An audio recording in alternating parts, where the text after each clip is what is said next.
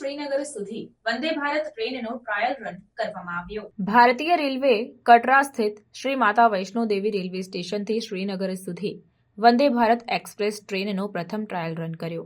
આ trial run Jammu અને શ્રીનગર વચ્ચે કનેક્ટિવિટી સુધારવામાં મહત્વપૂર્ણ મકામ છે, જે પ્રવાસનને પ્રોત્સાહન આપશે અને મુસાફરો માટે વધુ અનુકૂળ મુસાફરીનો અનુભવ પ્રદાન કરશે।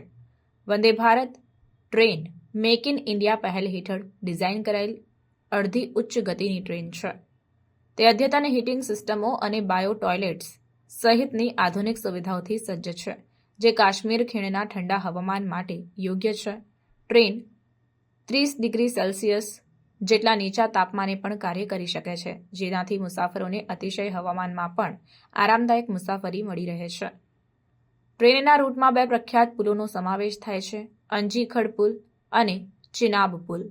અંજીખડ પુલ ભારતનો પ્રથમ કેબલ સ્ટેડ રેલવે પુલ છે, જે અદ્યતન ઇજનેરી અને ડિઝાઇન દર્શાવે છે। બીજી બાજુ ચિનાબ પુલ વિશ્વનો સૌથી ઊંચો રેલવે પુલ છે, જે નદીના પાટા પરથી 359 મીટરની ઊંચાઈએ ઊભો છે। આ ઇજનેરી ચમત્કારો મુસાફરીની દ્રશ્ય સુંદરતા વધારવા ઉપરાંત ભારતની રેલવે ઇન્ફ્રાસ્ટ્રક્ચરમાં પ્રાવીણ્ય દર્શાવે છે। વંદે ભારત ટ્રેનના સફળ ટ્રાયલ રનથી આ વિસ્તારમાં કનેક્ટિવિટી સુધારવાની અપેક્ષા છે। તે જમ્મુ અને શ્રીનગર વચ્ચેનો મુસાફરી સમય ઘટાડશે, જેનાથી યાત્રાળુઓ, પ્રવાસીઓ અને સ્થાનિક રહેવાસીઓ માટે મુસાફરી સરળ બનશે। ટ્રેનની અદ્યતન સુવિધાઓ અને ઘટાડેલા મુસાફરી સમયથી આ વિસ્તારમાં મુસાફરીમાં ક્રાંતિ આવશે, જે આર્થિક વૃદ્ધિ અને પ્રવાસનને પ્રોત્સાહન આપશે।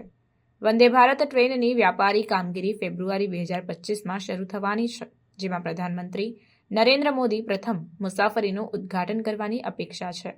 રેલવે બોર્ડ ઉદ્ઘાટન માટે ચોક્કસ તારીખ અને સમય નક્કી કરી રહ્યું છે। આ નવી સેવા આ વિસ્તારમાં વધુ પ્રવાસીઓને આકર્ષશે, જેનાથી સ્થાનિક આર્થિકતાને વધુ પ્રોત્સાહન મળશે।